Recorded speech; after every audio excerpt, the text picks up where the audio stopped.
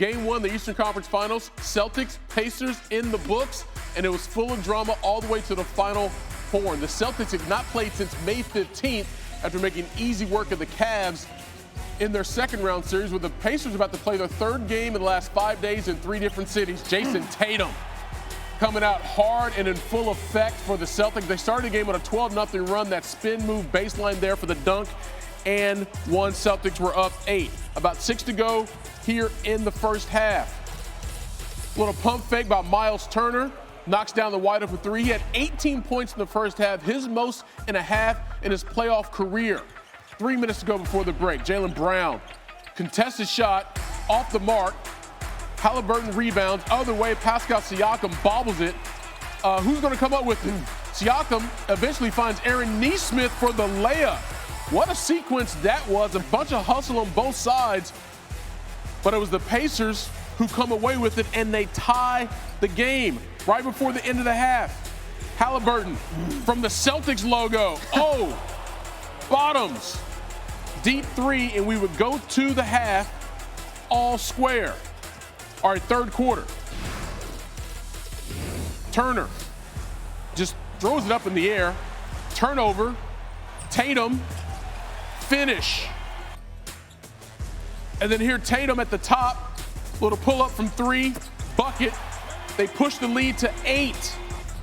It's a 9-point game here when Tatum drives again and 1. Celtics were up 12 after the free throw, and throughout the night, when Tatum and Brown were getting into the lane, that was a tough guard for the Pacers. At the other end, though, Indiana responds. Siakam, tough drive, gets it to go. Right before the end of the third, Nesmith, 3, bucket. It's a 4-point game. And then here the Pacers are down 4. Final seconds, Haliburton off balance, off the glass, off the rim. And it was just a 1-point game going to the fourth. We are tied at 104. Haliburton leaves it for Siakam. Jumper over Horford. Gets it to go. They're up 2. Next possession, turnover. Haliburton leading the break. The patience to wait for Siakam. Haliburton, another assist. His squad is up 4. About 2 to go. Haliburton, Andrew Nembhard. He gets that shot to fall. 10th assist for Haliburton. Pacers up 5. Derek White, Holiday. Drew was big on both ends of the court for Boston. It's a 3-point game. Nembhard, though. Remember the big shot he hit in the last series? That was solid, too. Puts the Pacers back up 3. Could they steal game 1 in the Garden? Less than 30 to go. Derek White down 3, takes it to the rack, maybe trying to get fouled, misses it. Tatum, rebound. He misses. Siakam comes in. They get the rebound, but the Celtics foul. They were not in the bonus yet, so instead of 2 free throws for Haliburton, the Pacers are forced to inbound. In their own end of the court, Siakam with Brown chasing him off his hand, and Boston will get the ball down 3. 8.5 to go. And how about this execution? Sets up Brown in the corner with Siakam all in his face. It didn't matter. Jaylen Brown with the shot of his career. First time he's hit a 3 to tie a game or go ahead in the final 10 seconds of a game in his career, believe it or not. There is the bucket that tied the game, but Indiana has a chance. Haliburton sort of dribbles himself to nowhere. Tough shot over Tatum, and we would go to overtime. Brown with 26 points in the early OT. It's Haliburton. Step back 3, he's going to make that. He had 25. Celtics down 2 here. Tatum, he just went cuckoo for Cocoa Puffs in overtime. May have been fouled there, definitely gets fouled there and 1. So we'd make the free throw, Celtics go up 1. And then Tatum, little sidestep into a 3. Boom, Celtics up 4. 36 points for Jason Tatum, 10 of them came in overtime. Next possession for the Pacers, they need a bucket, they're down 4, Siakam loses it. Jaylen Brown going the other way, and that basically is your ball game. 133-128, the Celtics get it done in overtime. So again, The Pacers led by 3 with 30 seconds to go in the game. From that point forward, Indy had more turnovers than made field goals. As for the Celtics, they finished with 32 points off Indiana turnovers, tied for the most in any game this season. Joe, what did you draw up on that inbounds? I guess with about 8 seconds to go in regulation. What did you think of Jalen's ability to concentrate there and knock down that shot? Yeah, it was good, well executed play by the guys. Just great kind of indecision. I knew they were maintaining, and I thought D. White set a great screen. I thought Jalen had great balance and great pass, great shot. So it was just well executed play by the guys. Good situational awareness, situational execution. Joe, did you just comment on Drew Holiday's 48 minutes tonight? Yeah, again, Drew's the kind of guy, first of all, credit to him and D. White getting all defensive team, but he's the kind of guy that's going to impact the game different ways every night. Tonight it was his scoring, his playmaking, and his defense, a well-rounded game by him. And I thought he, just his poise and his demeanor throughout the game was, instrumental for us. Joe, just your thoughts on the quality of the basketball game and your takeaways from what you saw guys competing. Nothing other than what I expected. Two high-level teams competing for a great opportunity. And so I expect all the games to be like that, and it's going to be more of that. And I thought both teams competed at a high level. And for us, I thought our guys, obviously we weren't perfect, we can get better, but I thought we maintained a level of poise, a level of mental toughness to just continue to work through some of the mistakes. And that's the bind that they put you in because of the way they play. So we handled it well, and we got to get better. On the other side, Tyrese Haliburton led the Pacers at 25, couldn't lead them to a victory. Here he is post-game. Can you take us kind of through the final minute of the game and what you feel like went wrong for you guys at the end of regulation? Just turnovers. I mean, I dribbled off my foot in transition. We turned it over on the side out of bounds. There are 2 possessions that we can get free throws out of that we messed up. And then just that last play in the corner, I think, we were going to foul, but the way Jalen caught it, it was like he was just going to shoot it right away. So I think Pascal didn't want to foul him, which I thought was the right play because I thought he would have got called for 3 shots, and Jalen just made a big shot. And then, that last possession just didn't get a good one. Felt like there was a better shot for me to get that I didn't get. When you have that many free throws as a team, was there a theme to that? Was it sloppy play from you guys? Why do you think the number got so high? Free throws given up? Turnovers, yeah. I think it's more on us. I think, they're a great defensive team. They got, great defenders, individual and team defenders.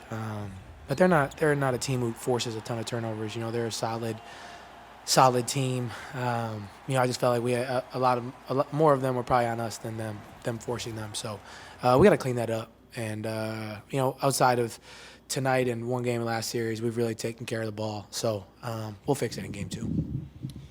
You said you felt like there was a better shot for you to get, I guess, if you could elaborate on that. I mean, did you feel like the first look you got when you were deep, is that the one you mean? Do you wish you would have taken that one, or is there anything else you felt like should have gone better in that possession? For sure. That's replayed in my head 100 times already, and it'll replay, after I get out of here. But I can't dwell on it. I felt like that was probably the look for me to shoot. And wish I did, but I didn't, and we had to move on. In overtime, we were right there.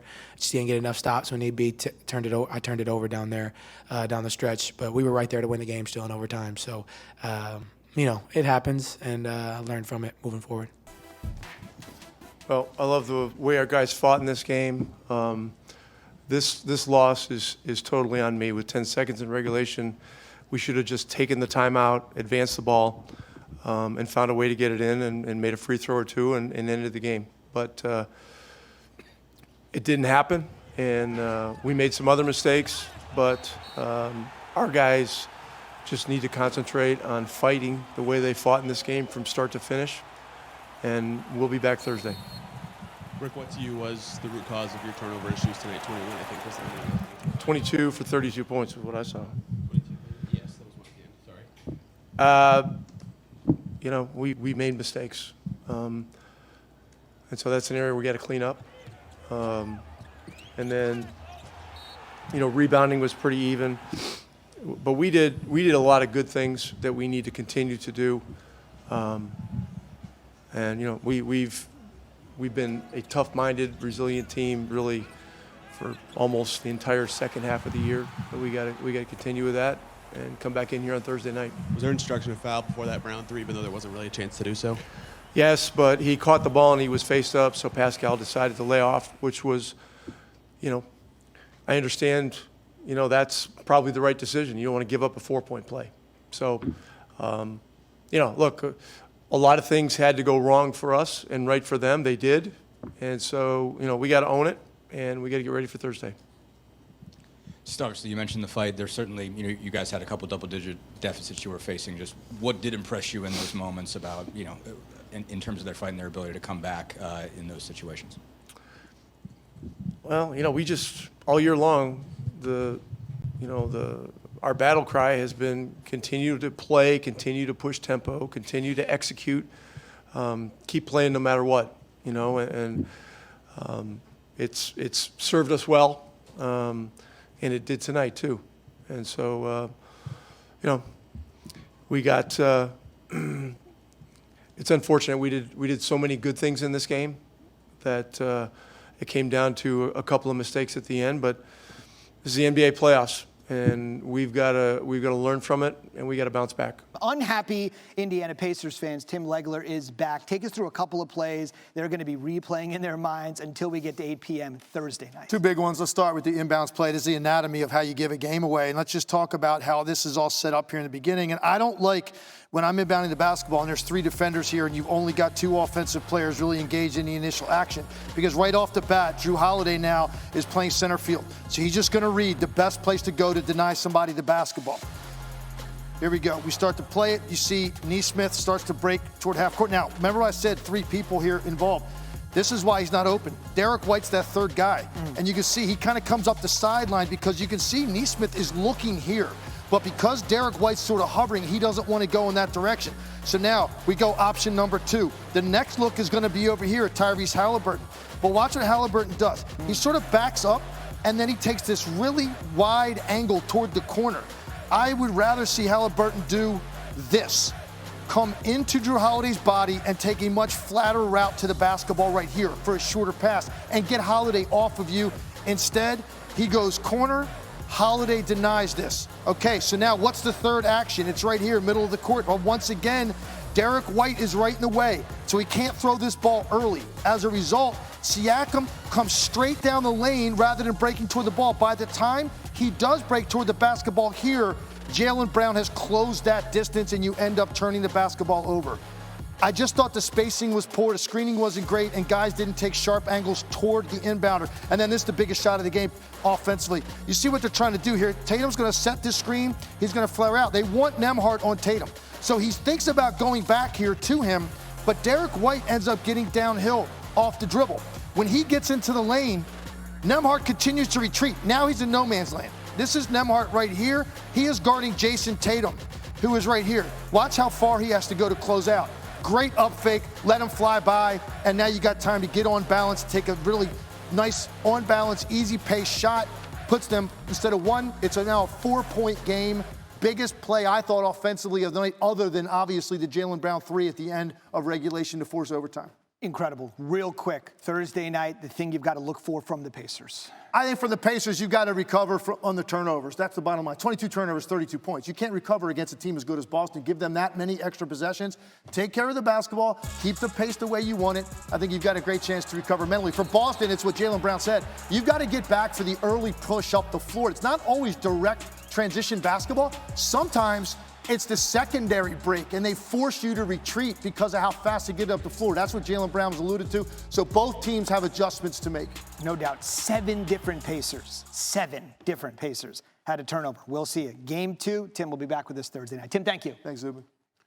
Well, after winning by 20-plus in their first 2 game ones this postseason, the Celtics needed OT Tuesday to get that dub against the Pacers. Now, if we look ahead to the odds for Game 2, ESPN Bet has Boston as a 9.5-point favorite, which happens to be the same line as Game 1 versus Indy. But a reminder, the Celtics have lost each of the Game 2s so far this postseason, and obviously both of those were at home. Let's bring in our Tim Bontemps, who was there in Boston. And Tim, you just left that locker room. You heard from Al Horford, one of the senior members of this squad, actually senior members of this league. He was talking about one of the non-superstars of the Celtics. Who was he talking about specifically, and what made him talk about him in the first place? Yeah, Al Horford had a lot of praise, Michael, for Drew Holiday, who had a fantastic game tonight. 28 points, 7 rebounds, 8 assists, 3 steals. Exactly the kind of performance that Boston was looking for from Holiday when they traded for him on the eve of training camp back in September. You look at this game, Legs was just talking about the turnovers that the Pacers had in this game, particularly from Tyrese Haliburton. Many of them were caused by Drew Holiday blowing up plays all over the place. And on that final play, when Jaylen Brown hit that shot, the only reason he got that shot was because of a ridiculous pass from Holiday to the opposite corner, freeing him up for that shot. It's the kind of veteran poise and experience that Boston was looking for when they acquired Holiday, essentially replacing Marcus Smart in their starting lineup after they sent him out to get Kristaps Porzingis a few months earlier. And in this game, really the first game that felt like a true playoff game for the Boston Celtics in this postseason, Holiday came up big, and Al Horford, as you said, the veteran statesman for this team, went out of his way to praise Holiday for his play in helping the Celtics escape and get a win to open this Eastern Conference final. Yeah, Tim, just indicative, honestly, if you put it all through the squad, the poise of everyone involved, including Al Horford himself, who made some big plays at both ends of the court. Tim Bontemps there in Boston. New on SportsCenter, the sequence that may have cost the Pacers Game 1 from Pascal Siakam. I think it was a tough one. I don't know. I felt like I was grabbed, but then, I felt like I touched it. I didn't know if he touched it. I mean, it was just a mess, and at the end, I'm just trying to save it. But, yeah, unfortunate play for sure. You didn't want to foul on Jaylen when he caught it because you thought it'd be a 4-point play, I presume. Yeah, I mean, I thought, as soon as I got to him, I was a little late because of the screen. He was going up, so I didn't want to do it. And then when I was going to do it, it was a little too late. So yeah, it's just one of those where it's like if you have an opportunity to do it, you do it. But it was just a judgment call. Like I felt like he was going to this motion, like he had a pump fake. Like I didn't want to foul then. And it's a tough shot. I was in front of him. Maybe I could have contested it, better, but it was just a tough play. 21-20. They're going to be thinking about that one all the way up to Thursday at 8 Eastern, Game 2. But if there is any solace, as Michael said, the Seas have had some problems in Game 2 this postseason. Countdown gets you started at 7 Eastern. I'm on fire.